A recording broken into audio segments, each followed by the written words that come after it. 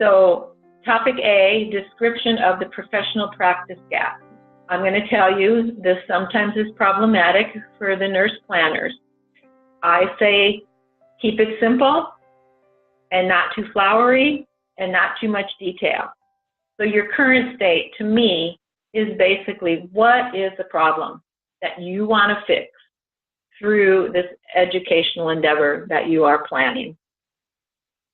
The desired state is what would you like to see as a result of you doing this educational endeavor that will, in total or in part, fix the current state. The gap is that difference. Is it a knowledge? Is it a skill? Is it a practice? So be sure to identify in detail. And I like to give an example of keeping it real simple. Hey, we have a problem that the nurses are not doing XYZ procedure in the hospital. So I'm going to do an educational endeavor on procedure XYZ.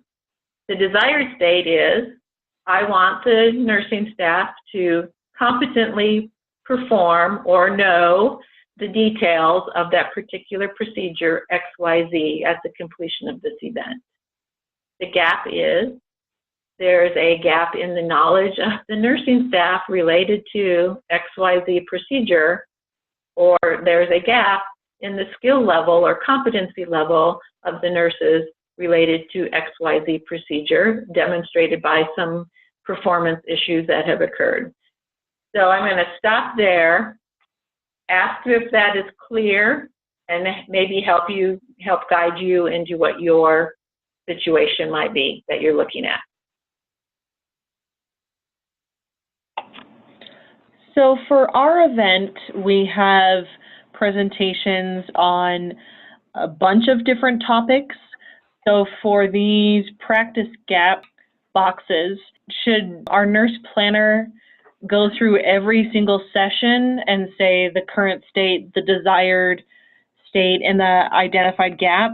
Should she do that for each different session, or can it just be more general? It can be very global. This is why we're planning this event, because there's a general problem with a global situation.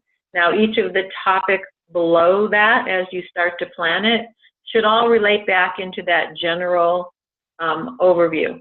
So you don't want to have a conference that does some things on technology, and then here's a little bit on leadership, and here's a little bit on something else.